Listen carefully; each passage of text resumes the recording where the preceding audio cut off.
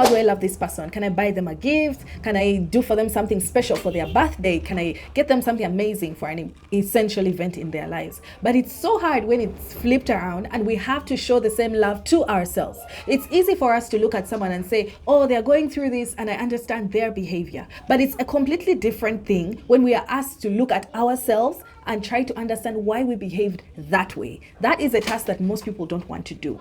They would rather scroll through social media. I mean, when you're exhausted and you know you need to take a break, you know you need to replenish because you're feeling drained. And guess what? You go, get your phone and scroll through garbage. Not even in essential content or information, random garbage, because your reflex is to escape, is flight.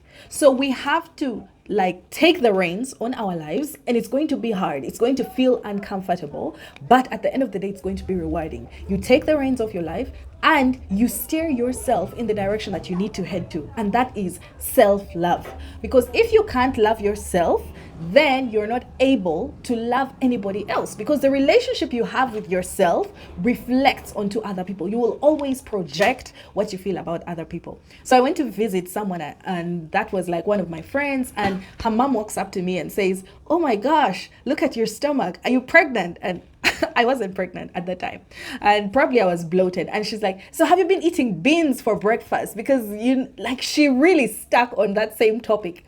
And in that instance, I realized that it wasn't about me. It was about her and her insecurities. And when you search back, you realize that she's doing weight loss and she's trying to do the exercise and the workouts because she doesn't love her tummy and she's trying to burn her fat. And she's projecting all of that on me, who has just had a child, and I am trying to recover from childbirth, So at the end of the day, everything that people say, you must look at it from that lens. Because if you think that everything that's coming out of people's mouth is a projection of who you are, then you are missing the point. Because people only treat you the way they treat themselves. So if she's lashing out at me and giving me those comments, that means that those are the same comments she gives to herself. The conversations she has with herself are not ones of love and compassion and generosity and understanding. They are ones of brutality. And why is it that you're not doing this? Why aren't you losing weight? Why do you look that way today? And those are the very conversations she has with herself. So if you are to build a great empire, you must start with your bed. If you can't lay your bed, then you can't go out there and do something amazing. So when I come on here and I project confidence and I project astuteness, I project whatever it is that you are experiencing, it is because I have had to do the internal work first before I can come and then be able to manifest it. We are buried in what I did last year, what I said that wasn't right, and the mistakes that I made that set me back and set my business back and set my family back. And that's what we are focusing on instead of focusing on the future. So every moment you spend reminiscing about the past and whining in it, that is a moment taken away from your future. It's a moment taken away from your ability to focus on the things that would be pushing you forward. So instead of making your past your refuge and your best friend, you should make your past your servant. A servant is someone that comes to help you achieve a certain goal that you have.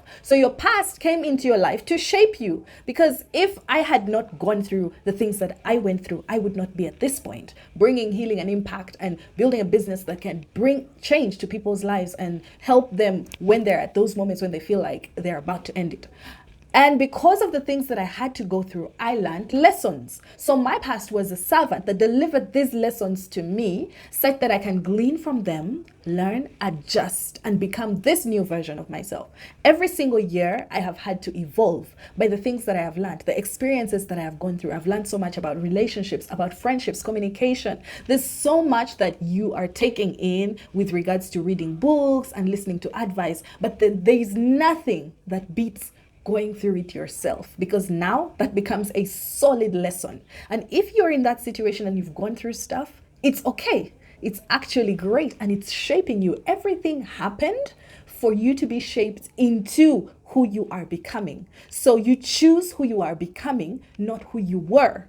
Choose to focus on the future you and ask yourself, what did this come to teach me? Well, I encountered so many people that came into my life and they hurt me. Why did they come into my life? Is there a lesson that I can draw from it? What can I change about myself with regard to whatever I have learned from these negative encounters as you would love to see them? And another point I must emphasize is that life is full of challenges.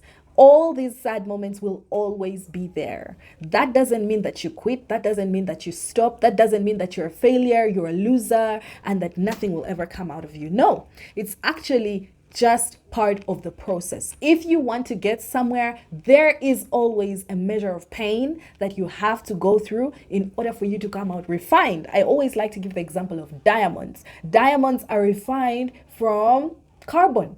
Carbon has to go through intense pressure, intense temperatures for it to come out into this glittering thing that we all love to wear. So if you are in the refining stage of your life, it's not the end. If you've been in this relationship for 10 years and it has ended, yes, it's painful. Yes, you feel broken, you feel discouraged. But at the end of the day, you have to start afresh. When a plant is growing and then it grows old, it bears its fruit, it grows old, it dies. That doesn't mean that that's the end. If there's seeds in the ground, it's going to rise up again. And this is how resilient human beings are. Just because a season in your life has ended doesn't mean that that's the end of you. A season's end does not define your end. You can still rise back up. Take the time to heal. Absolutely take the time to heal, but don't let that be your end. You rise back up, you reinvent yourself, and you re-engage. Rise, reinvent, re-engage. Rise, reinvent, re-engage. And the cycle continues for each and every season of life, because that's just life. Life is seasonal. Just as you see the winter season comes, and then the summer season comes, and then autumn and spring, and their seasons just keep changing. That's how life comes. There will be times that are just rough. And this roughness could continue for years, for months, for years, for days. It depends on the situation and on who you are. So just because it's been rough for a while doesn't mean that the season won't change. And sometimes when we're in those rough times, we feel as though the season will not change. We feel as if there is no hope. And that's when you need someone external, like a mentor, a guide, a counselor. And that's what we do at Lila Haven. We impact people by providing that mentorship and counseling to just let them know that this season shall end.